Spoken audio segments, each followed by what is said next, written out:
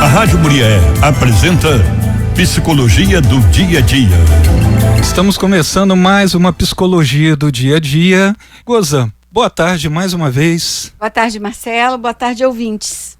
Goza, hoje nós vamos falar sobre um assunto muito interessante, que eu tenho certeza que as pessoas vão gostar, que é sobre as crianças que em um determinado momento começam a mentir.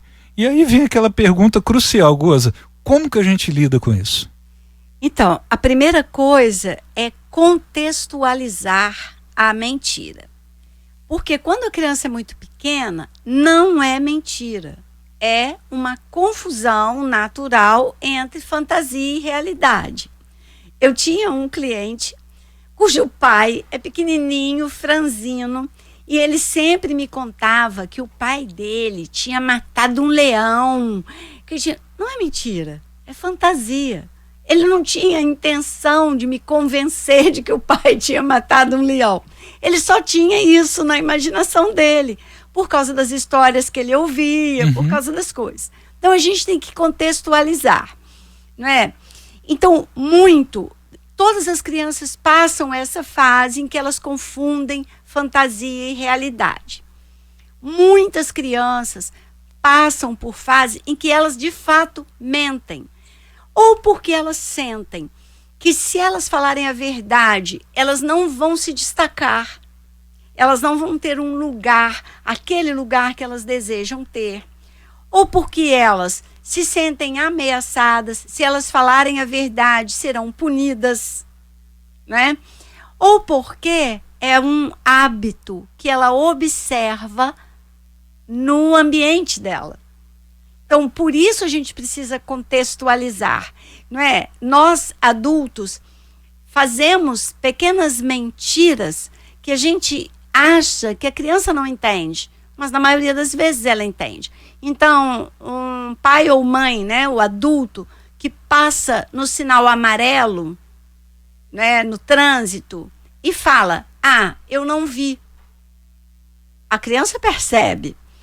Foi rapidinho. Mas eu estava com pressa. Quer dizer, a criança entende ali que, para benefício próprio, ela pode esconder a verdade. Né? A criança que atende, agora a gente não tem mais telefone fixo, né? Mas aquela criança que alguém chama e você fala para ela, vai lá e fala que eu não estou, né? E aí tinha na nossa infância, né, a piada, minha mãe mandou falar que ela não está, né? Mas tinha isso, o adulto que fala assim, olha, não conta para ninguém que a gente fez isso. Quer dizer, isso cria na criança um ambiente em que a mentira é usual, ela é justificada, ela é um recurso do adulto. Então a criança aprende, né? Ela aprende. E o adulto precisa ficar esperto, porque ele é o alvo da criança. É para ele que ela vai mentir, né? Você ensina o seu filho a mentir e a primeira pessoa, provavelmente, para quem ele vai mentir é para você. Porque ele aprendeu com você que as coisas funcionam assim. Porque assim, uma coisa muito óbvia no sentido de que as crianças, nós somos adultos, né? Nós somos o espelho das crianças. Tudo, por exemplo, eu guardo comigo, acho que todo mundo guarda consigo, né? Características de pai, de mãe, né? Às vezes vê um tio falando uma coisa muito legal e colocou aquilo no linguajar, né? Igual, quer ver? Deixa eu tentar lembrar aqui. Meu pai tinha mania de falar assim, quando alguma coisa dava errado, por exemplo, meu pai tinha mania de falar assim, agora rebentou o cabo do guarda-chuva. E eu fiquei com aquilo na cabeça, porque ele queria dizer assim, agora deu errado. Então, assim, se as crianças mentem, elas aprenderam espelhando alguma coisa. Sim, e a gente precisa entender, né, que essa mentira, ela tem uma função, né? E, como eu falei, às vezes projetar a criança, fazer com que ela receba a atenção, com que ela se destaque. Às vezes é protegê-la, né, de uma punição, de uma consequência. E aí interessa como o adulto lida com isso, né? Como ele entende qual é o lugar dessa mentira, por que essa criança mentiu, para que essa criança mentiu, e ele trabalha a situação de forma a que ela não precise mentir. Uhum. Se eu falar a verdade, dá ruim para mim, eu vou mentir. É uma defesa, né? Uma defesa. É uma defesa automática. Né? Automática, faz parte. E olha, não existe uma pessoa que nunca tenha mentido. Né? Não existe. E é isso. Às vezes a gente faz umas mentiras sociais, né? Você é convidado para uma coisa, para um evento, para uma festa, para uma reunião que você não quer ir. Você fala, não vai dar, eu tenho um compromisso. Mentira, você não tem. Essa mentira tem a função de não criar um atrito. Aí é até engraçado, porque as pessoas falam assim, se fulano falar assim, eu vou ver se dá, você pode saber que não vai dar. Não vai, exatamente. Né? Aí, o que é importante? É você entender como isso está funcionando, no lugar de que isso entra.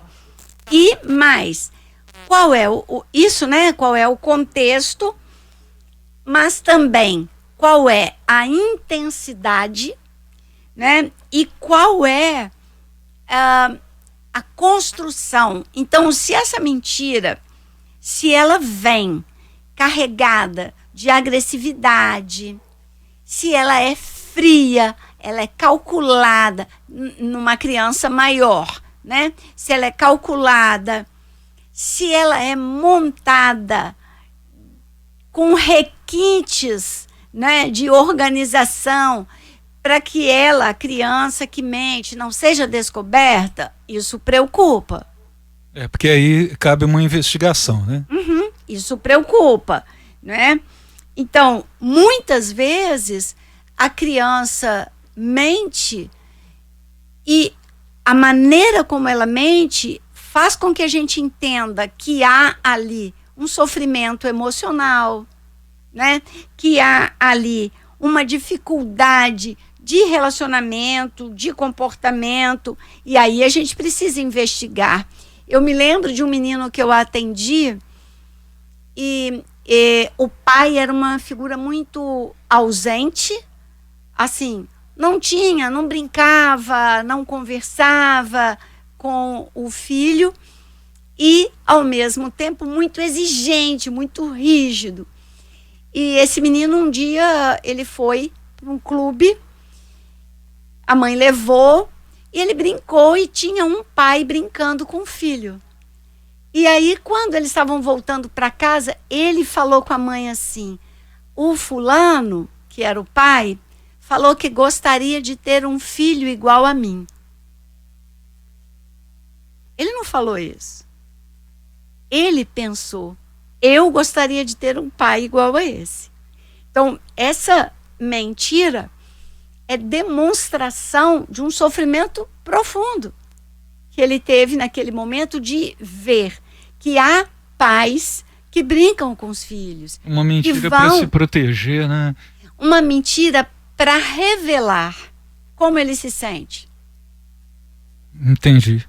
Né? Então, você precisa contextualizar, você precisa pensar que função a mentira cumpre para a criança. Neste caso, né, essa mentira, ela revelou um profundo sofrimento. Um sofrimento de ausência, né? Uma ausência paterna, né? Sim. O que a gente poderia chamar, que é até o nome de um livro que eu já li, que chama-se, que não é a mesma situação, mas o nome é forte, uma presença ausente, né? Quer dizer, como tinha um pai brincando com o filho, incluiu ele na brincadeira e tal. Isso para ele foi a comprovação de que pode acontecer um relacionamento entre o pai e o filho, mas que com ele não acontecia. E ao invés dele dizer para a mãe, eu gostaria de ter um pai igual ao fulano, que brincou comigo, não sei o quê, isso talvez fosse punido. Talvez fosse repreendido. Então ele disse, fulano disse que gostaria de ter um filho igual a mim. Nossa, mãe, isso é muito forte, Goza. Isso é muito doído. Nossa, doído. E eu queria até colocar mais uma situação que eu presenciei recentemente. Lógico que eu não vou falar qual que é o lugar, né, não tô querendo colocar ninguém na linha de tiro. Nem sei se isso de fato poderia colocar. Eu estava no lugar onde que eu estava brincando com o meu sobrinho, né? Meu sobrinho é novinho, tem 1 ano e pouco, né? 1 ano e alguns meses. E aí a gente estava num ambiente onde que tinha um parquinho, onde que estava todo mundo brincando. E aí chegou um menino mais velho, né? Um pouquinho mais velho do que o meu sobrinho, né? Eu acredito assim, com 5, 6, eu acho que uns 7 anos, tal. Ele chegou e me viu brincando, né? Com o meu sobrinho e tal. E ele chegou perto de mim e falou assim, eu posso brincar com vocês? Nossa, nossa, Goza, aquilo acabou comigo. Eu falei, claro, pode, pega esse brinquedinho aqui. Eu peguei, brinca com esse aqui, ó, tal. E a criança ficou ali. Ali, olha só, eu não sou psicólogo, mas ali, falou assim, opa. Dói, né? Doeu, né? Nossa, me incomodou aquilo, porque quando uma criança chega perto de você e fala assim, eu posso brincar? Alguma coisa tem, tá faltando alguma coisa. Entendeu? Eu não sei com quem que essa criança estava, mas isso me incomodou demais, tá?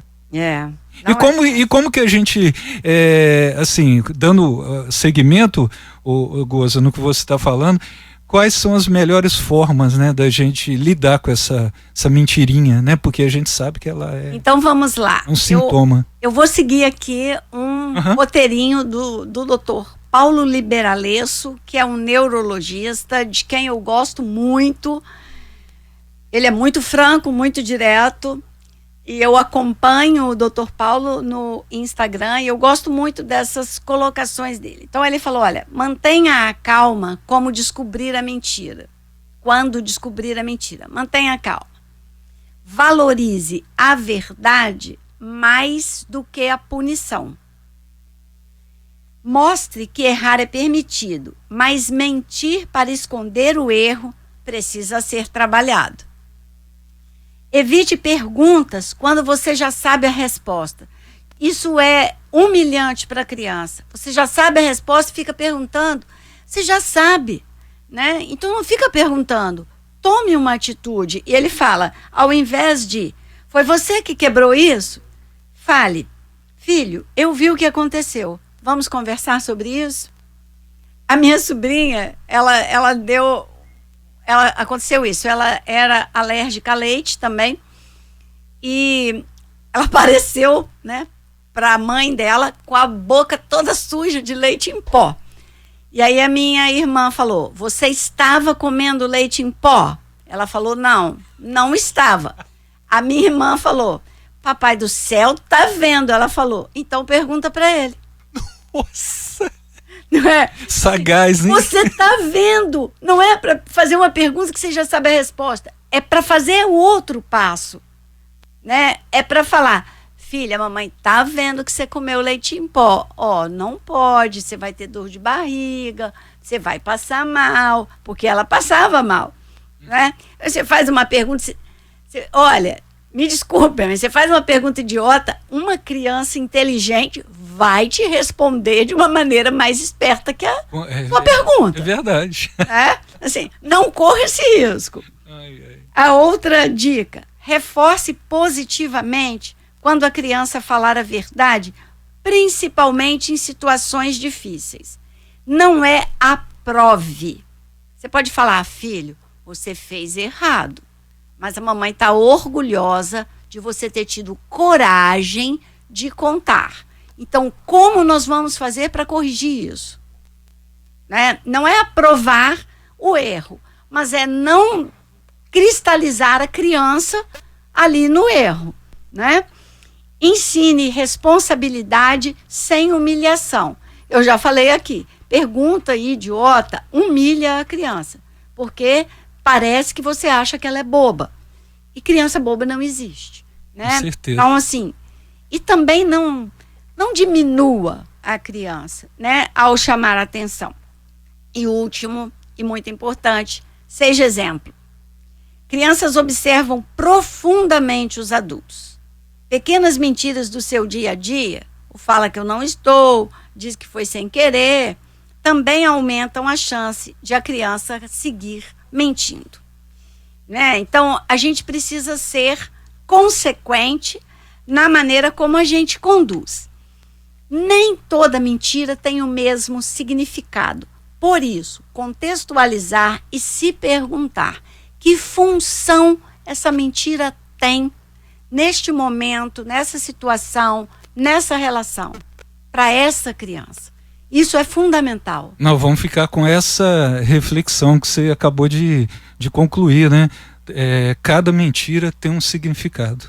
Sim, e para que o seu filho não minta para você, a coisa mais importante é que você não minta para ele, que você não minta com ele, não é? E que você valorize a verdade. Eu achei fantástico, eu gosto muito das colocações do Dr. Paulo, que você valorize mais a verdade do que a punição. Perfeito. Ô Goza, mais uma vez, né, o nosso bate-papo é sempre maravilhoso, eu adoro a psicologia do dia a dia. Goza, mais uma vez, muito obrigado pela nossa reflexão, né? Eu que agradeço muito a Rádio Muriaé por esse espaço, por esse tempo, agradeço os ouvintes.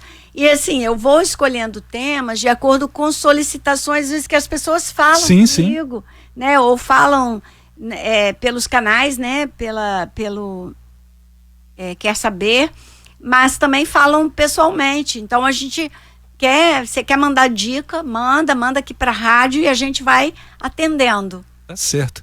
Goza, até semana que vem. Até.